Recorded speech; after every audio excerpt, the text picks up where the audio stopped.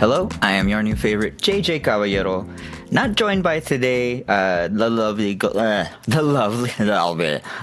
Goins, Casey Goins. She couldn't be here today because she is at work. She's currently at her job.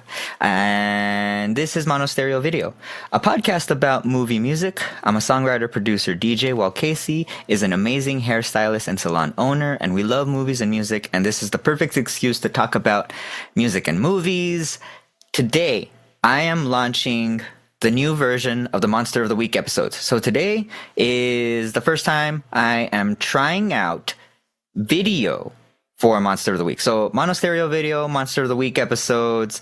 For those of you who are seeing this video for the first time, or you're being introduced to this by like the heading and the title on the YouTube video or whatever, I do these interstitial updates and just different type of things on my Monster of the Week episodes. Pretty much like a free-for-all, but always pertaining to movies and music and the broader project of culture and the broader. I'm also a leftist, so I sneak in some leftist agitprop there. So today I am filming this. I'm filming it and I'm gonna put it up. And if you're hearing this on the online, you can go on YouTube. I'll link up stuff in the show notes. I'll link it up the clips and stuff. If you're already following us and such, you'll see clips and such to check out the video. But also, I'm going to make it as seamless with the audio only version of this as possible, because I don't fully want to do a video podcast. I just like the underground nature of what we do in the audio format. I like it. I like what we do, and I want to kind of keep it going the way it's going so far. And that's that. That's that. But welcome to MonoStereoVideo's Monster of the Week episode. If this is your first time here, follow us on all the social medias, www.jjcaballero.com. Below, there should be some links to find whatever related to MonoStereoVideo. There's a link tree, all that stuff. Thank you all already who have stuck with us, who are here. I believe this is like episode 84 or 85 or something like that. Yeah, last week, which we're recording the episode from last week. I'm recording it today, this afternoon, with my co-host Casey. This is 40. We'll have spoken about that. We love the movie. It was fun. Casey, 40. Wow. My wife, I love her. We're not full married yet. We're hood married, but I love her. She's everything. She's everything. I can't gush enough about her. I really can't gush enough about her. She's my everything. And she's also just like, she gives me a reason to keep doing these and keep on this project, and to keep believing in myself in this project. So yeah, I love her. Thank you. Happy birthday. This will already have come out after her birthday and stuff. So happy belated birthday, or early birthday, or belated. I don't know. I'm already going off all the rails. Today has been a day. It is January, 20th? Yeah, January 20th, 2025, when I'm recording this. Inauguration day for Donald Trump, 2025. I needed this, if you can see on the screen. So we have some friends at this place called Baked Chicken Farms. Baked Chicken Farms. Amazing. Well, to give you all some background, Casey always has back pain. You know, she always she's always standing on her feet, always has back pain. She's got a lot of stuff going on. And you know, that comes with needing some medicines sometimes. That comes with needing medicine, and we need medicinal things, and sometimes traditional medicine doesn't fulfill our needs, and we opt for going a more earthy route, a more hippie-ish route, if you catch my drift. We smoke weed. We do all the weeds. We consume it however we need, and we've been lucky enough to make friends with people who are connoisseurs, with people who do the right thing and try to promote locally grown farms, and we know where our weed comes from, and because right now it's a big boom everywhere, and there's a lot of like corporate interest, and there's like bigger, there's like cookies, there's like actual national brands and stuff like that. And Big Chicken Farm, our friend Julio at Big Chicken Farm, he's talks to us all the time. We love him. Shout out to Julio. Shout out to you. We love you, man. But I just want to say he showed us what they do at Big Chicken Farms. He showed us what he does at Big Chicken Farms. He allows us to I don't know, like he allows us to explore the product with him and stuff. We get from him. We get from Big Chicken Farms essentially. Those are our dudes. Big Chicken Farms are dudes, and they've given us some of these cocktails. So fast acting THC drinks, 10 milligrams per drink. So it's meant to be like a chiller drink. You can kind of sip it. You can just catch a high while you're chilling, while everybody's having their beers or NA beers or their cocktails themselves. Because these cocktails, these are amazing. We had some last time on mic. It was awesome. We always usually do a little bit of a puff before, a little bit of a ritual before the episode, which is also what opens up some of these tangents that we go off on. Actually, I have a shirt now too. Look at this. There's a shirt now. Wow, I got a shirt now. Big Chicken Farms. They don't pay us or anything. We got a few of these. We also gladly pay for these we pay for the product. We always go there. I just wanted to give them a shout out because we do we have koozies. They're out places. They're at markets. They're in Las Cruces, New Mexico. Las Cruces, New Mexico. We visit them. We visited their booths, things as such. They're on the up and ups. They're on the up and comings. Their products are everywhere throughout New Mexico as well. So if you see Big Chicken Farms, pick it up. This is totally, we're not sponsored. Like we're saying this out of the kindness of our hearts. Today, okay, so this is the list of things that I wanted to go through today. We'll see what we got time for. We got time for all of it. Sad day. A few days ago, my favorite director, David Lynch, he's passed away. He's dead. He's died, and I'm fucking bummed. I'm not bummed. I'm very bummed about it. I cried. I've had tears. There's things will pop up. I'll well up with emotion.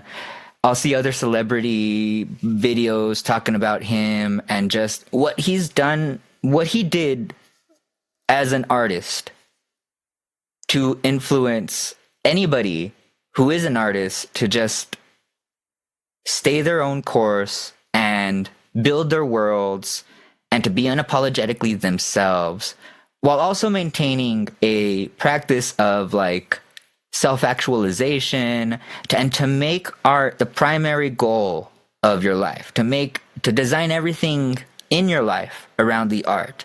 That's the message he provided the world in so many words. He was a beautiful man. He's human. He had his flaws. He died. He was a cigarette smoker. He developed emphysema. He had made some announcements prior to this saying that he was going to continue directing but not be on set, which kind of launched some grumblings that maybe there's something else going on. I know within me, I kind of thought that, but yeah, life happens, and rest in power to David Lynch. And I thought today, so the original idea for MSVTV would be music video reactions. So today, I as a musician, a songwriter, a producer, a DJ, somebody as well who has made a couple of music videos. I'm going to do some reactions to a few of my favorite, a small handful of my favorite David Lynch music videos. Starting with Crazy Clown Time. All right, David Lynch, here we go. Crazy Clown Time.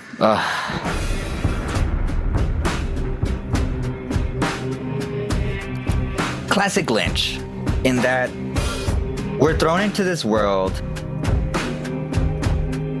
You know, we see that screen with the snow, with the static.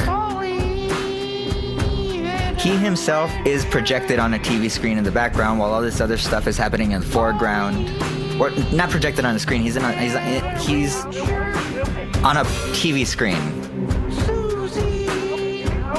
There's a man sitting on the same table, just pounding. This chick just took off her shirt. Titties flopping everywhere. But the bars are placed around the nipples. The way I said nipples right now, that's kind of wild, huh?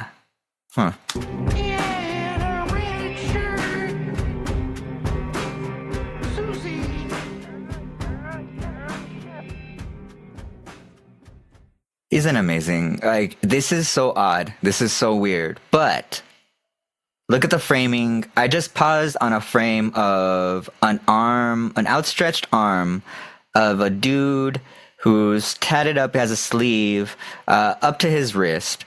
He's pouring out a beer, presumably for one of the dead homies. Presumably. But the way that it's framed, the way I could paint this, and people could extract so much from it. Based on just the intentionality of how the camera itself is scrolling, how it's going back and forth and distorting. And he himself, everybody's just kind of doing the same static motion. He's introducing characters who are doing just one type of thing. Couple, like the man pounding on the table. He himself is performing on the TV. There's a football player just kind of running in place. Two people just laying on the floor, one with a whole ass bigote, a pointy mustache, type of shit. The femme fatale, the dude's pouring his beer on another topless woman. So much absurdity in this, like, one seemingly, like, this backyard where there's also fire and trash. This dilapidated, derelict backyard of this suburban home.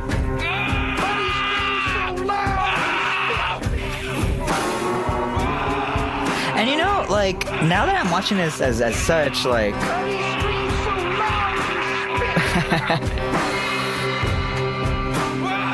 I guess I could see this as like we're gonna have a barbecue. And it's Crazy Clown Time. Everybody that I'm inviting does their own thing. Now, what if I had a barbecue and I invited the most depraved people and let them just do the most depraved thing that they know how to do? And this is the result. And by the way, I'm not even going to be there. I'll just let them hang out in this backyard. While my insane bluesy and industrial blues song plays in the background. Crazy Clown Time. And this dude's just fucking yelling.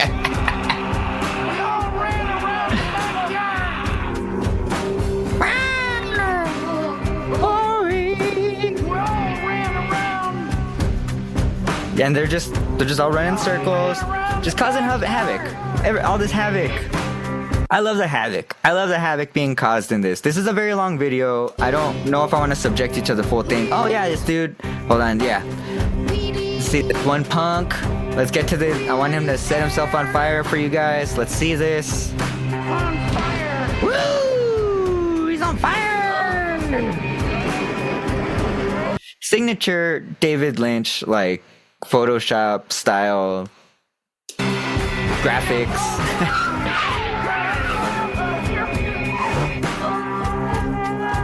just absurd. This is just absurdity. It's just absurdity. It's just absurdity, and it's the most beautiful absurdity. Because it's a very watchable video. You don't know what the fuck's happening, but you're watching it. You're compelled by everything that's happening on the screen. Whether it's the human body, whether it's like hipster people and tattoos, or whether it's like aggro people. They're all like they're not old either. None of them are very elderly or anything. And it's just a trash heap of a backyard. It's just a trash heap of a backyard. And we're experiencing this as if we're there in ways because of the camera angles, but then he will pull back and like show the entire scene. I mean, we've kind of been in the scene since the beginning, before everything started. Wow. Yeah. David Lynch, Crazy Clown Time. An amazing video by an amazing artist. Let's check out this next one. Flying Lotus, his album Flamagra. Flying Lotus is a producer, DJ from, just mainly a producer more. Creator, director, polymath as well. From Los Angeles, California. His lineage goes back to like Alice Coltrane was his aunt. Great, amazing artist in his own right. Teamed up with David Lynch for a video and a song. Now, this video itself isn't directed by David Lynch, but David Lynch appears in it. It's directed by Flying Lotus. I liked a little bit of the reversal, so I just wanted to check this out. I'm also going to say, David Lynch did a lot of stuff, and I'm only showcasing a few things here. In future episodes of this, I will be revisiting his videos, because I love him. Now, Flying Lotus is leaned into like animation and puppetry and like integrating that with live action stuff. Insanity. He's a horror director now, and he's actually coming out with a new movie soon. I think it premiered like at South by Southwest or something, or maybe TIFF.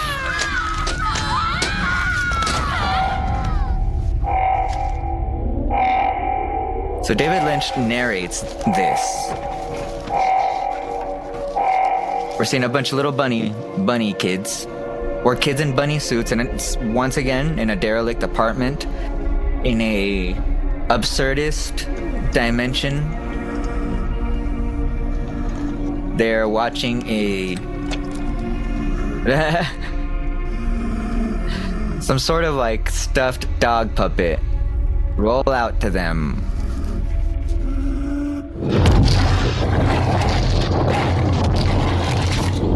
Signature kind of David Lynch vibe with the lightning kind of flashing on him and his...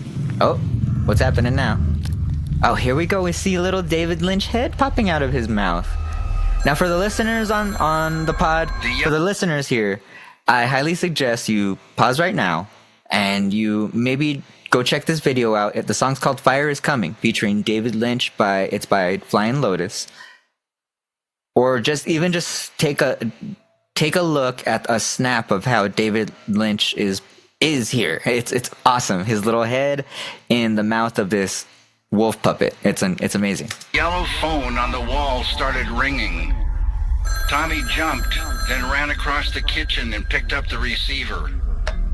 Hello, he said, a little out of breath. Tommy was outside on the front lawn tending to a small flower garden. She was now the puppetry on this is amazing. About her flower's condition. She was observing a black film on the stems and leaves. Now this is more of a tone poem than a tune. Substance away while running hose water on it. But it was too greasy and the water wasn't washing it away.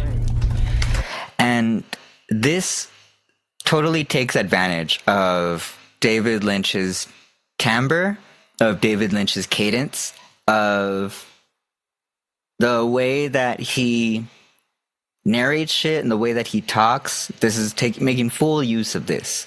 And his voice is so unique. I don't know. It's like this shit is like some of the weirdest shit he does ever. The front And he's door just, opened and Tommy appeared behind his mother. it's just, he was just open for such odd collaborations as well. Like David Lynch, like he was Mom, there's a phone call for you. he was a recurring character on the Cleveland Show. He made that appearance as John Ford on the Fablemans. I mean, he did some weird coffee commercial featuring Kyle MacLachlan during the Twin Peak era. Mom stood up and turned, the garden hose in her right hand shooting water. Who is it? She asked. And this kind of goes to my thesis with the whole, I'm bringing this up again. If you haven't heard my whole little rant about Trent Reznor, on our podcast, MonoStereoVideo, on the audio version, I mean, you're probably listening to this right now, but we covered Trent Reznor and Atticus Ross. We covered their catalog of films. We actually have one coming up where we need to watch Queer and we need to listen to the soundtrack for Queer. And then this year as well, Tron Ares is coming out and Nine Inch Nails did that. So we're going to have to talk about that. But we covered their whole thing and I watched so many fucking interviews and just, I'm noticing David Lynch and Trent Reznor are kind of the same guy and that they're hyper focused on their craft and their art. And they themselves are pretty simple people. They live their lives. They do their art. They do their thing. They're a little more drab, but their art is such a projection of certain things, of darkness, of the dark corners of what is life and Americana and all that shit. And people have these perceptions of them like they're so mysterious and they're so dark and wow, Trent Reznor is saying this crazy stuff and blah. But these guys are just the most normal people and the most vibrant dark art comes from them and their normality, like their normal haircuts, you know what I mean? It's just they have regular lives and stuff, but they just do a thing.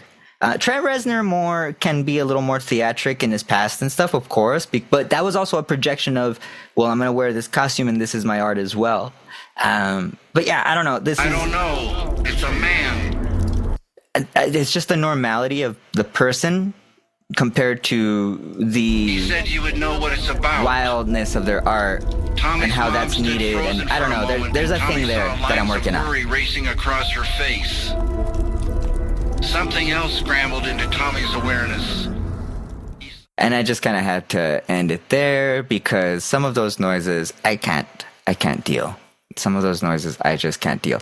This video, Raher, is Masher. It is Chris Isaac's Wicked Game. Now, this is the David Lynch video for it because it was created for Wild at Heart, and this video itself was on fire.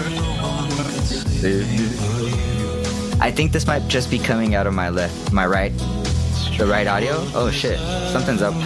Weirdness, but whatever. We'll go for it for right now. I never dreamed that I'd meet somebody like you. Very simple, much different than what we just experienced on the fucking on the previous two videos. Much simpler, just performance, black and white. Everybody's in their rockabilly country getup, which is amazing. Love it. Beautifully framed close-ups, the lights, the darkness, the clips of Wild at Heart. Itself a very romantic film, very passionate, very controversial. If you haven't seen it, check it out. It's on the Internet Archive. It's fucking amazing.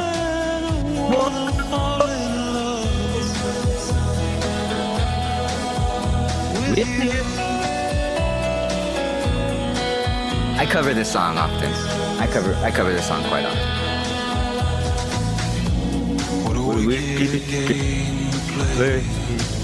Oh man, Willem Dafoe in this movie with his teeth. He's got the wildest teeth. He's got the biggest gums, the tiniest teeth, the tiniest little.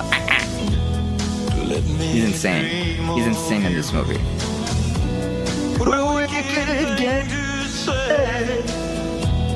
You never felt this way. What a wicked thing to do. Amazing, just Laura Dern, Nicolas Cage, amazing cast of frequent. Well, this is only Nicolas Cage. This is Cage's only collaboration with David Lynch that we know of. But there's a bunch of players in his camp that are in this movie prominently, and they're all amazing. They all know, they all get it.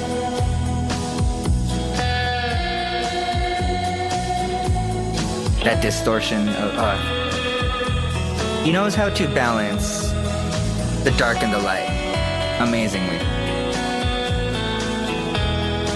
I don't know if I'm choosing to ignore this. The gardeners are doing shit outside, and I chose to record now. I'm choosing to ignore it though. I hope you guys can ignore it with me.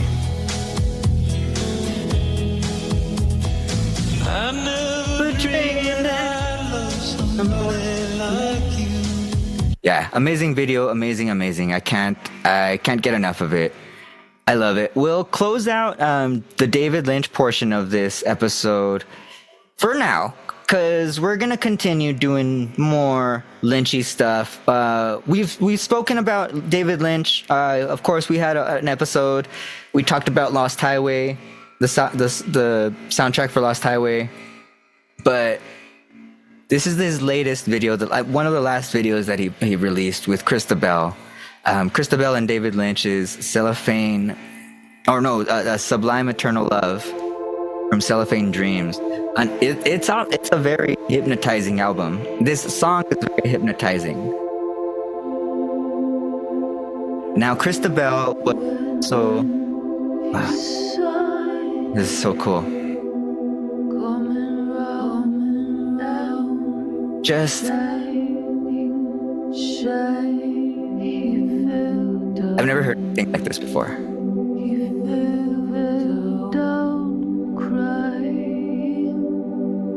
It's kind of a round, but it's picking up at different points, but not even like conventional timed things. And we're seeing like a wave of light and shadow kind of go back and forth over Christabel's face, and there's 3 versions of her at 3 angles, all lit up differently. And when the light hits them, I don't know, we just see her. Christabel was very prominently featured in the David Lynch, Twin Peaks: The Return, which is in itself an amazing piece of visual art. Do yourself a favor. You kind of do have to go through all of Twin Peaks season 1 and season 2. You do.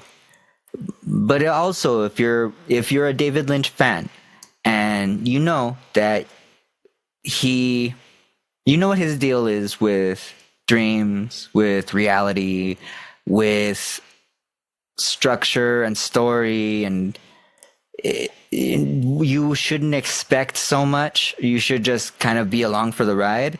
You can watch it and enjoy episode 8 in particularly. Blank Check, a podcast I always shout out on this show itself. They did a run of David Lynch episodes, and they covered all of it. It's an amazing feat. It was the last thing he left us with, and it was amazing. It was amazing. Christabel was amazing.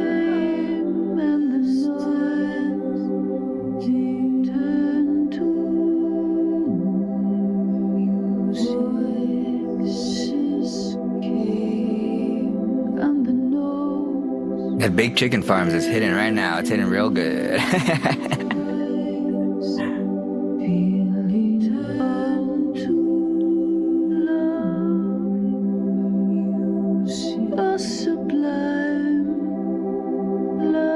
I'm just hypnotized.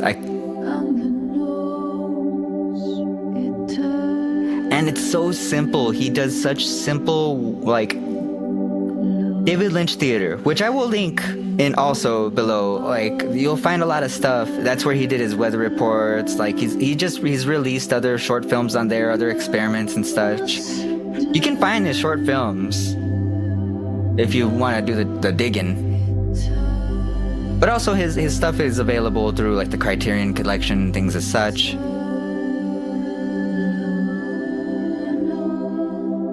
But he was just always doing. Always.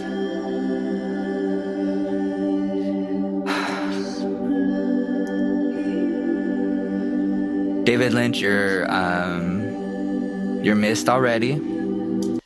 You're missed already, David Lynch. I didn't know you personally. I know people who have met you once. That was my connection. But yeah, like, to have been able to witness this stuff in real time. I mean, it's this. I caught on a little late. I did. Not gonna lie, I caught on late. I'm glad that I caught on when I did, and I've since completed a lot of like the viewings and caught up on stuff that was like blind spots. But it's just, he was just a singular force, and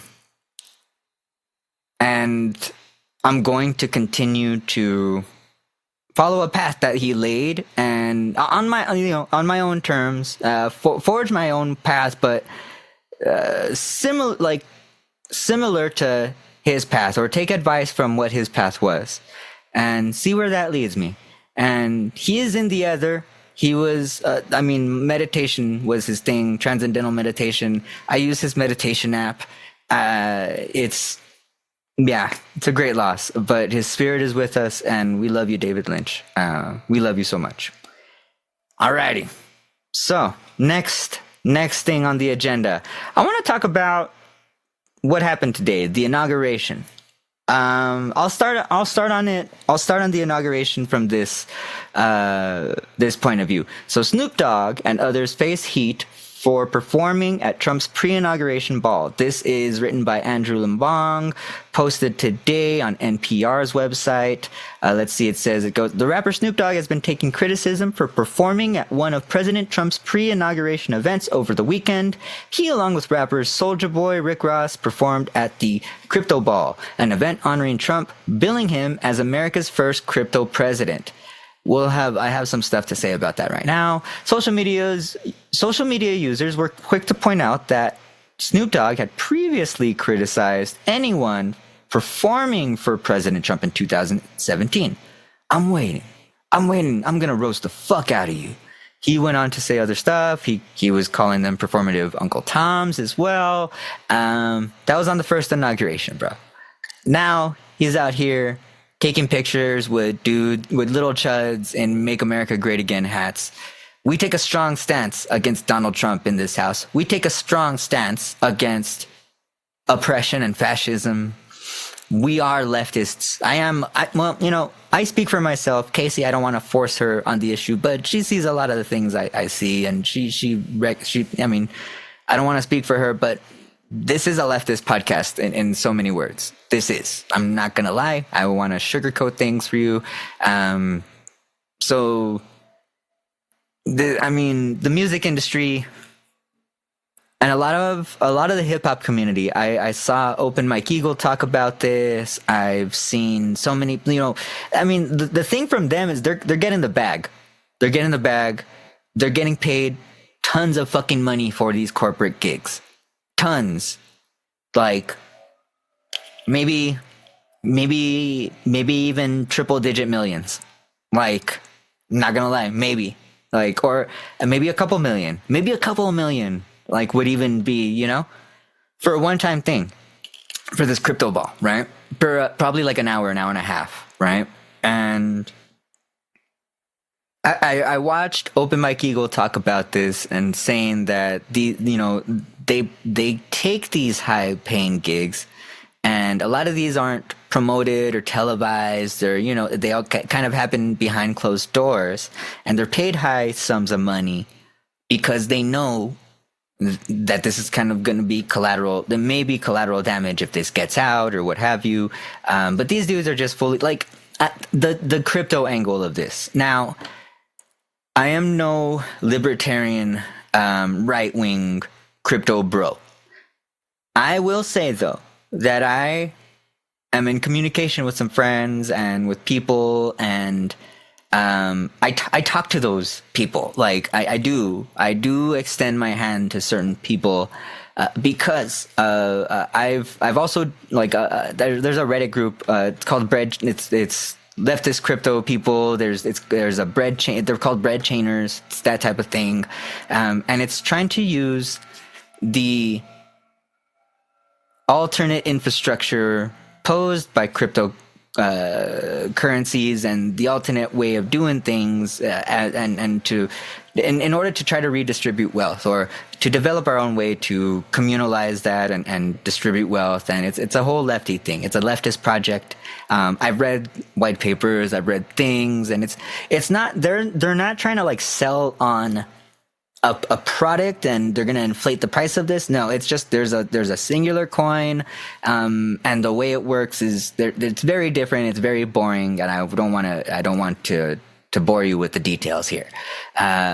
That said, I do see the benefit of the crypto space for people like me, for artists, because like let's be 100 here. Like the traditional way of doing this it's fucked. Like there's no way for somebody like me starting up. Like I'm an underground artist. I'm a DIY underground artist. I do all of this myself. All of it. I fucking record myself. I produce for other people. I mix and master for other people. I do this podcast. I do all sorts of shit for this.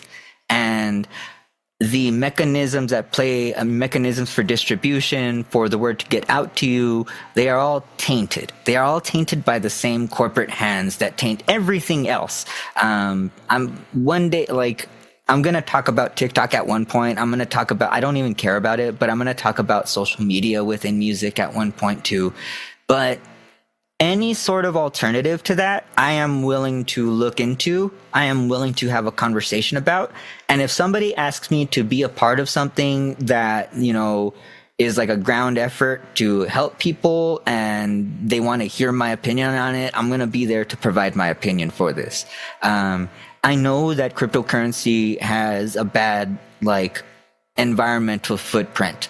There's a bunch of chains though that don't. The major gas guzzler for crypto is Bitcoin. Like that's what it is. It is. It's kind of the old school coin. Like, I mean, that's what that is. And that's what people are glomming onto. Also, the space is tainted right now. There is a Trump meme coin. There is a Melania meme coin. Both fucking pump and dump schemes. And they're just ripping off their followers for so much fucking money. This shit's crazy. So I understand the fact that artists were on board to get involved in promoting cryptocurrency, but sucking the dick of Donald Trump, I can't get behind. Like, because Snoop Dogg in that previous thing, and Snoop Dogg throughout this, you know, he stays calm. All these people are very opinionated. I mean, I can't speak for him or whatever, but man, there's just this whole wide conversation that needs to be had about, you know, Trumpism and hip hop. And I mean, I'll probably have one of those conversations on another one of these videos, because I need to think this out. I need to write this out. I need to consume other people's opinions on this and and, you know, I'm going to talk to other people. I'm going to get in on this to see what this is, because it's the same phenomena for the Latinos for Trump movement, the brown people who are defecting. Paula Ramos, who is an amazing journalist in her own right, comes from like a Mexican journalism royalty with Jorge Ramos. She wrote a book called Defectors about just the movement to the right and conservatism and to Trumpism in particular, by Black and brown communities, or mainly brown communities, mainly communities of former like Mexican, Salvadoran, all these sorts of immigrants, Cuban, you know, things like that. And Trump did make a big not an impact. He didn't make a big. He got a big win with the brown people. He fucking did. Like, honestly, man, I'm like, he fucking tried. He cheated. I'm more super convinced he cheated. I don't even know how. I don't have any fucking evidence. This is me just putting out whatever. But I'm just gonna say he fucking whatever. I'm pretty sure he cheated. Like somehow, but also the waves were muddied. Like Elon Musk owns Twitter, and it's just like a vacuousness of like right wing misinformation, and that misinformation gets disseminated to the public because there are so many headlines caused by these particular people and this particular social network where people don't even like know what the information is, but because they're being brought attention to it, it's like, well, I have to look into it now. And then they start doing their own real research into it, and they fucking take their own teams, and it's a mess. It's a mess. This is bullshit. We're all being like, this sucks. This right here in particular, this whole Snoop Dogg, Rick Ross, I mean, fuck Rick Ross and Soulja Boy and Nelly to Carrie Underwood. So today, the Trump inauguration happened, and Carrie Underwood sang, and she was so flat, and she looked like shit. Her face was all fucking pulled back, and her hair looked like shit. Her dress looked like shit. Que bueno that she looked like shit. Like, good riddance. She is not one of us. Like, these people are not, they're not on our side. They're not on our side. You lose, like, all the heroes, you know, you've lost, like, I lost throughout these past few years, learning about celebrity and my reorientation into celebrity and what it means to be a celebrity and how these fools got there. And I don't know, man. This country has for years been like put in this bubble of popular culture, and the popular culture itself too has like homogenized itself, but it's also meshed itself with like everyday, I don't know, it's weird. Like, these people shouldn't like matter so much, but they are an indication of the way that the new oligarchy is moving and the way that money bends to power, that moneyed interest bends to power, no matter what the industry. It's just disgusting seeing it happen in real time in the music industry. The inauguration itself, I have a few words and then we'll be off today, but Trump it was just a hate-filled speech, filled with lies, filled with misdirections, filled with misframings of situations that will allow for him to do whatever the fuck he wants. If he just phrases it a certain way, yeah, it's in the best interest of the country. But all of these assumptions are based on nothing. All of his assumptions and all of his projections are based on nothing but hate and years of white supremacy behind him, and a white supremacist project behind him to take this country over and keep control of the power. We've been steadily growing into an oligarchy. Many may argue that it's been here, but today is the day that it settles in, that it makes itself comfortable, that it finds itself a seat at the table, and it's plain for all to see. The visuals of the inauguration itself, I'm going to see if I can pull up any sort of picture here. It was disgusting. The display, the setup, where people were sat, right? Like, where people were, think of you're going to a dinner party, or think of you're going to a wedding, and you're like, man, who the fuck am I going to sit next to? And imagine you're going to be in the company with like Elon Musk, Jeff Bezos, all the Donald Trump Jr., Eric Trump, all the worst people in the world in one room. All the worst people in the world. Well, not all of them. Most of the worst people in the world. in the world. But there's this photo. There's a few photos flapping around. There's a few photos around. There, Melania chose Hamburglar chic today. She chose to look like Reverend Kane from The Poltergeist. If she wasn't such a horrible person, I would probably adopt this, but her and Trump look very fascistic today. Can't lie, they look very fascistic. Sloppy ass JD Vance and his token wife, I don't know, fuck her name. I don't know, fuck her too. Let's see, there's some pictures here. This is Donald Trump Jr. and Ivanka Trump and Eric Trump and the other Trump children, the forgotten Trump and then the baby Trump, the tall baby Trump, all fucking inbred idiots. Let's see, we got like some sort of cardinal like shaking hands with the devil. All right, let's see. Freaky ass Joe Biden and his wife Jill. They ushered in. They let this happen. Fuck them. They let this happen. Oh, and this portrait just strewn about lawmakers are the tech oligarchs. Like, the lawmakers have worse seats than Mark Zuckerberg, than Jeff Bezos, than the dude from Google, than Elon Musk. They have worse seats. Lawmakers have worse seats. They are on the dais. This is a striking visual. This is the visual. This is our decline. This is our decline in action. This is it. Like, I mean, this is capitalism run amok. This is late stage capitalism. This is the American project becoming something else. And I guess he had some other rallies planned. Look at his fucking idiot ass son looking like shit. Let's see. There's a seat that's, I guess he's going to eat somewhere. Elon Musk looking like a jackass. This little petty man.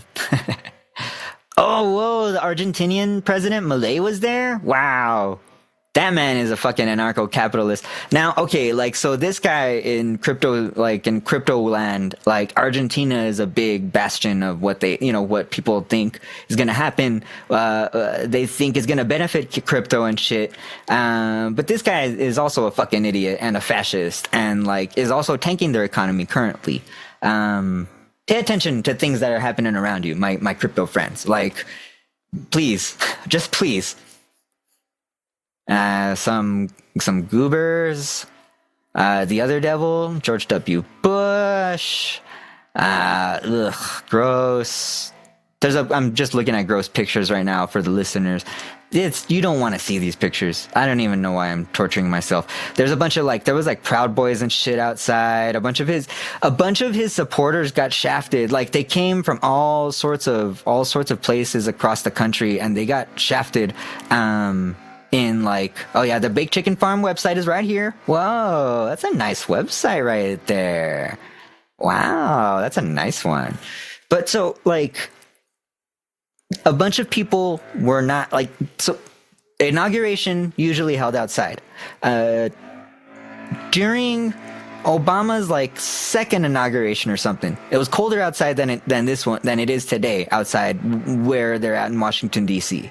But because of the weather, they chose to go inside. I also think it may have been a rich people thing. This is a blatant show of this is who we are, and we're gonna we're insulated and we're here. These are the powers that be. While all his faithful followers are cucked on the outside, freezing their asses off.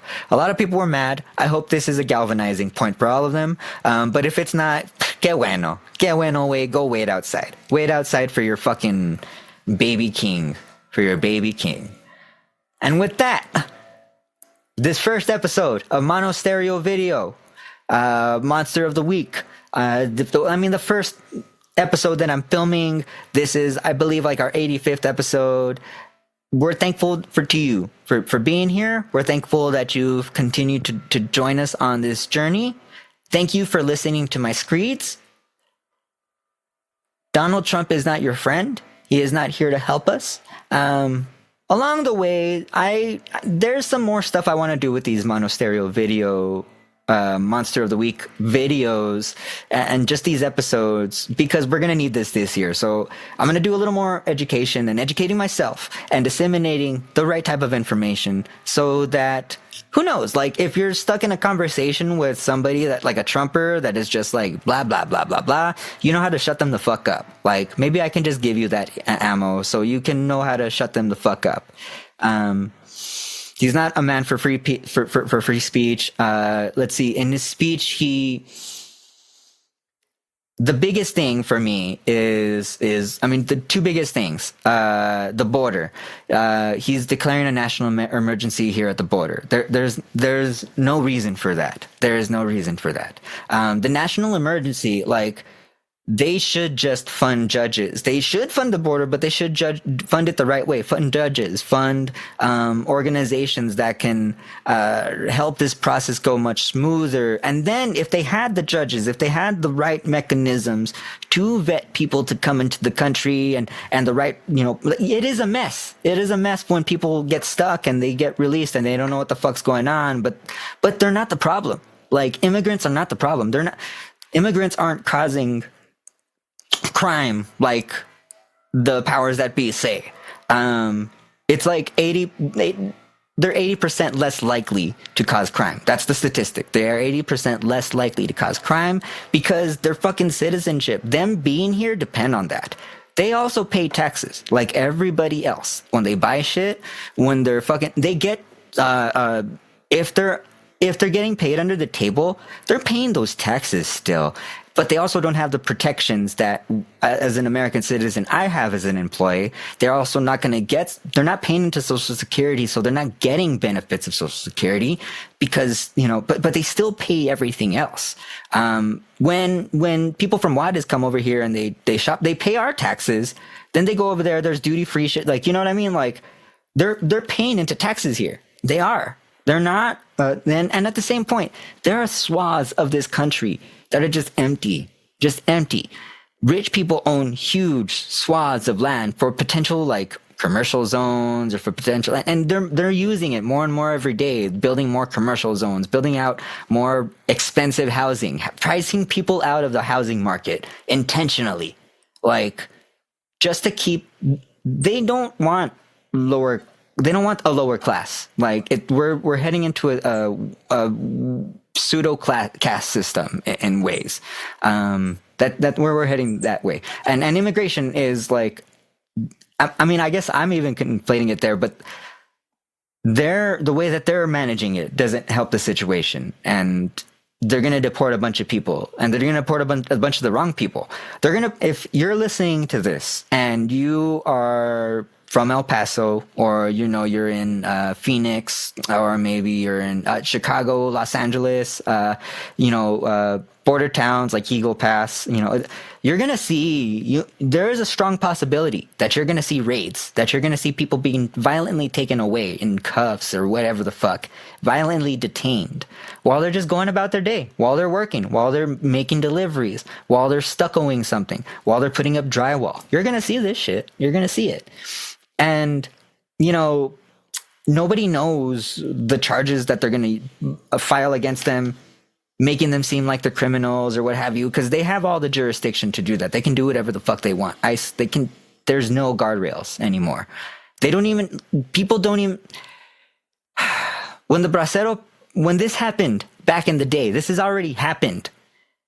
So many American citizens were deported. There are millions of American citizens that were actually deported. Well, maybe millions is an exaggeration, but hundreds of thousands of American citizens who were of Mexican descent, who were born here and have birthright citizenship. Also, a thing that Donald Trump wants to get rid of. But because they were born here, they had citizenship, they got deported. And it was ugly. The same act was used back then, back in the day. Look this up, look all this up. I'll link shit in the bio on all the things. I'll link everything. But like this is happening in real time now. And we're all part of history. I don't want to be a part of history. I don't want to be a part of history with this, but this is going to directly affect my fucking community. And if you live in one of those cities that I just said, it's going to affect your community directly as well. It's a mess. This is disgusting. The next thing the second biggest thing that Trump mentioned that I fucking hated was the two genders thing. He wants the government to recognize two genders. There's two genders. That's what he says, which ignores a huge, vast swath of American citizens and world citizens. But it ignores so many people. They're already such a tiny minority. Like, trans people are such a tiny minority, and within their own communities, they're tiny minorities. Then because there is less than 10 athletes, NCAA athletes who are trans, like now now the government has to recognize two genders. And they're just lying to themselves. People are just lying to themselves because these people, like trans people, exist. They are here. You cannot erase them. You can't, and you can try to legally do that, but fuck that shit. Like, we're fighting. Like, I'm fighting back for my trans friends and my trans family. I don't get this. Like, they don't want your dicks, dude. They don't want your dick. They don't want to fuck you. They don't want to make your kids trans so they can, I don't know what you think they're gonna do. They don't want you. Like, they don't want you, and like, you're an abomination. Like, if you think you're the abomination for your hate, you're the abomination for your hate. They don't give a fuck about you. They just want to live their fucking lives. Fuck, man. The inauguration happened today. That happened today. The inauguration of Donald Trump, 2025, the second inauguration of this rapist happened. He's a rapist. This is wild. This is wild. I don't know. This timeline right now, this timeline is wild. And I mean, it's just to say, we need to communicate better amongst, like, if you're on my level, if you're on the lefty train, if you're watching this and you're agreeing with things I'm saying, or if you're listening to this and if you're agreeing with things I'm saying, like, we just got to keep talking. We just got to keep talking about this, getting the right messages out, just talking. Because that's all we can do for right now. Because they did win. They won. They won right now. Like, they're just the winners right now. They're sore winners. They're sore winners. And they're going to rub it in our face. But also, we don't have to take it. Because we have this country. This is our country as well. Fuck them. Like, they can't take this. And we have to keep having these conversations. And the revolution isn't going to be televised. But it is happening. It is happening. With that, I am JJ Caballero, your new favorite. Thank you for joining me for this MSV Monster of the Week episode.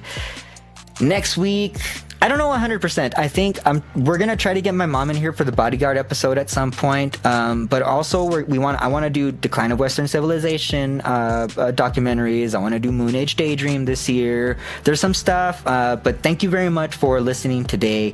You can check out all the links below. You can go to www.jjcaballero.com. The link tree for MonoStereoVideo. You could go to our Ko-Fi page if you're so inclined.